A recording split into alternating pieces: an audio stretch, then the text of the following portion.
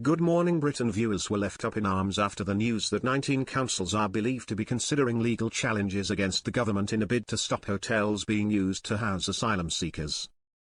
On Tuesday, August 19, a council was granted a temporary High Court injunction blocking asylum seekers from being housed in an Essex hotel.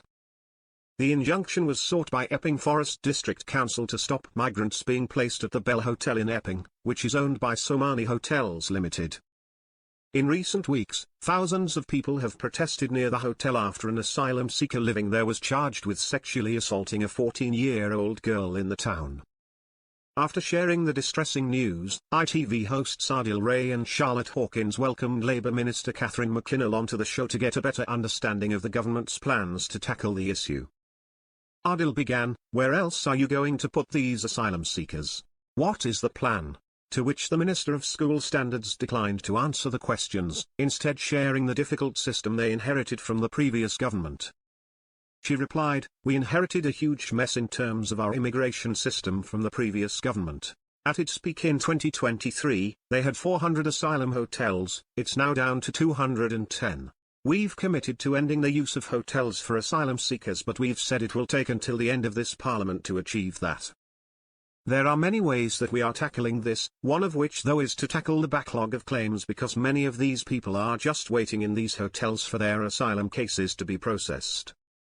So we are doubling the number of claims that are being processed, we're deporting people who shouldn't be here." It was at this point that Adil interrupted as he pushed the original question about plans to move the residents in the Bell Hotel in Epping.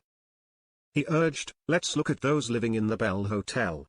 We know they've got to move out in the next few weeks. That is a decision made by the High Court. Where are you going to put those initially? Are they just going to be put into another hotel? Another town?" Ms. McKinnell replied, "You ask a legitimate question, and these are legitimate concerns that local communities have had, and we take it very seriously as a government, but I can't speculate on what the Home Office is doing." Adil fumed, "You don't know, do you? You don't know, and there doesn't seem to be a plan." It didn't take long before viewers flooded to X, formerly known as Twitter, to share their frustrations online.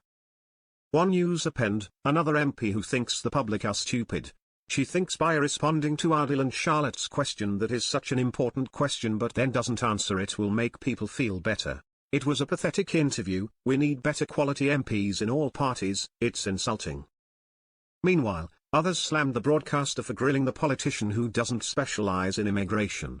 One user argued, at GMB getting mad at the Minister of School Standards for not knowing what the Home Office is going to do. She was there to celebrate GCSE results. What a farce of an interview.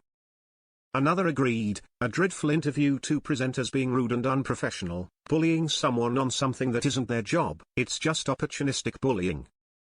A third fumed, no wonder education is suffering again, it plays second fiddle to your immigration agenda.